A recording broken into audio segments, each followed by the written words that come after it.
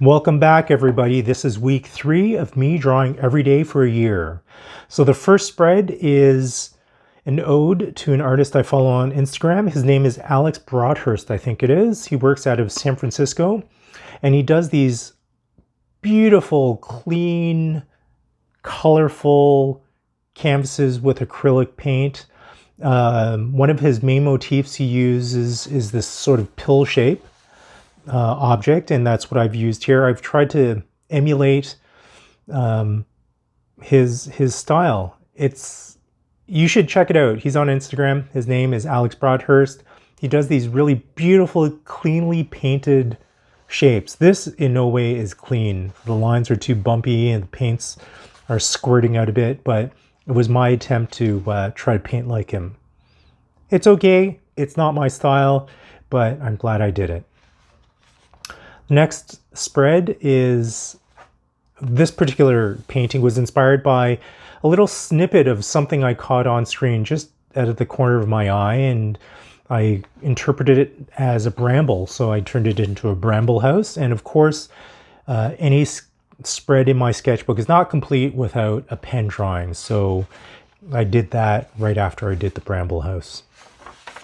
Next spread is a self-portrait drawing. What can I say? Whenever I do a self-portrait, especially using a pen in a sketchbook scenario, a drawing of myself, I'm quite anxious because I know my face very well, of course, and when I can't really get it, I'm quite disappointed. To be fair, I think this drawing turned out fairly well. I made myself look a bit younger. But from this point on, I think I'll try to draw more self-portraits of myself just to try to get closer to what I actually look like. This next drawing I did separately over 2 days. I work in a frame shop, so this colloquially is known as a hot wheel. It basically adds gold foil or silver foil to molding, frame molding, and the molding runs through between these two wheels and exits the other side and applies that foil. My first drawing, my first attempt at this particular machine didn't go too well, especially since it's a squarish piece of equipment and the proportions are fairly easy to measure out. It didn't turn out, so I came back another day and tried to draw it a bit better, and I think it's closer to the actual proportions. Minnie Mouse doll I have here at the unit. I've always meant to incorporate her into painting, never came through, so the next best thing is to draw her in my sketchbook. Hopefully it'll inspire me to somehow use her in a future drawing, or future painting, that is. Next spread are drawings of my coworkers. Great people, they just ignore me during lunch. That's what I love, and this is the result of one of those lunch sessions. Like I mentioned in last week's mini sketchbook tour, I take a bus to work and it's a lot bumpier than taking the subway, and this is the result of one of those bus rides to work.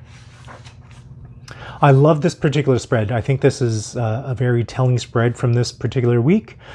This is a drawing of my coworker Yanni. 20 minutes over lunch in the lunchroom. He was not really moving. He was concentrating on his smartphone.